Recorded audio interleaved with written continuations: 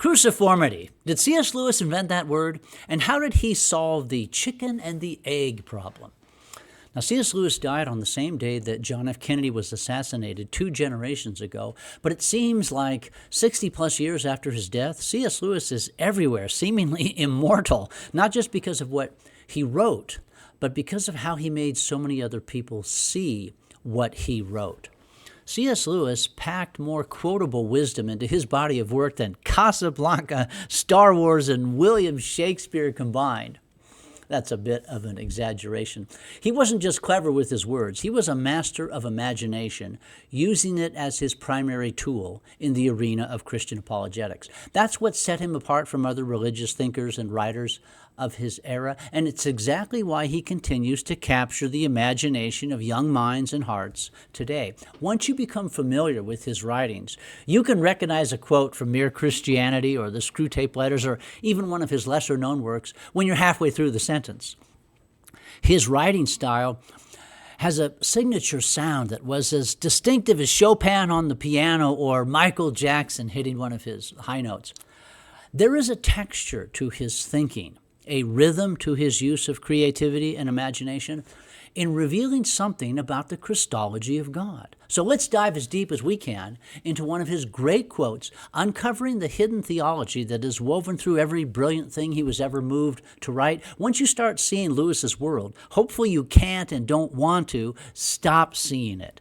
Here's our first quote from The Abolition of Man.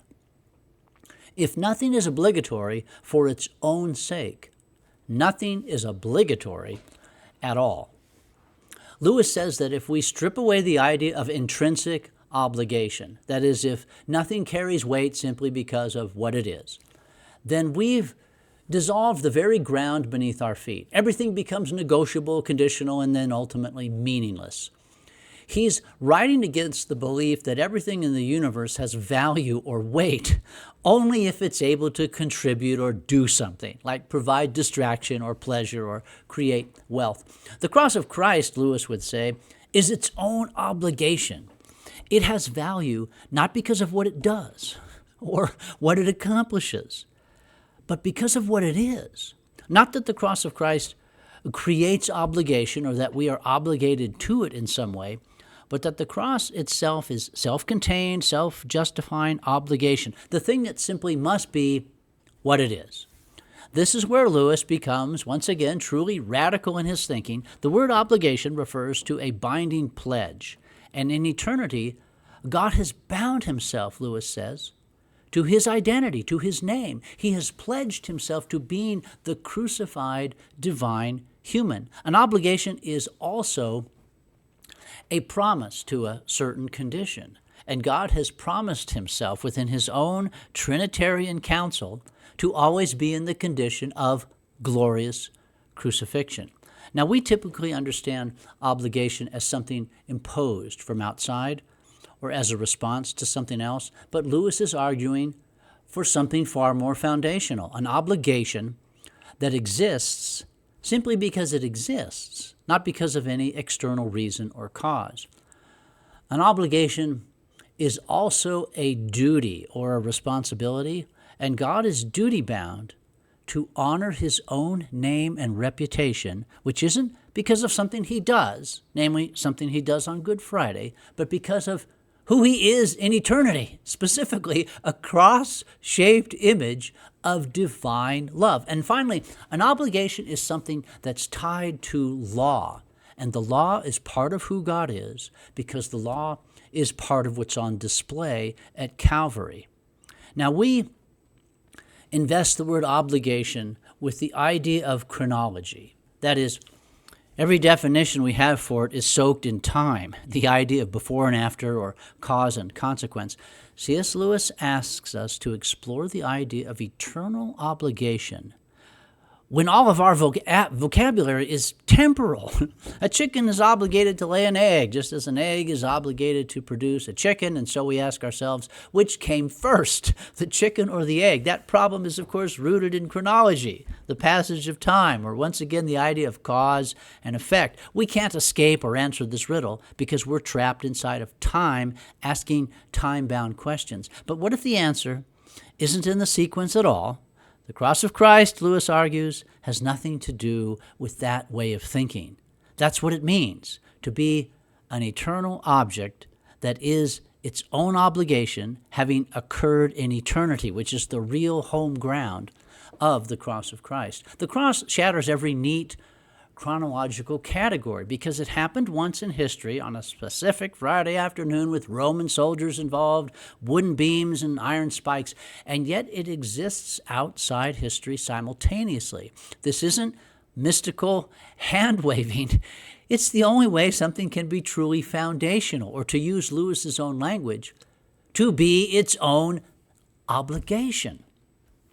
Jesus and his cross are eternal. They're ascended into heaven, and there he's not today 2,000 years older than he was when he departed from earth, from the Mount of Olives. Time doesn't accumulate for Christ the way it does for us. He doesn't age into eternity. He simply is eternal.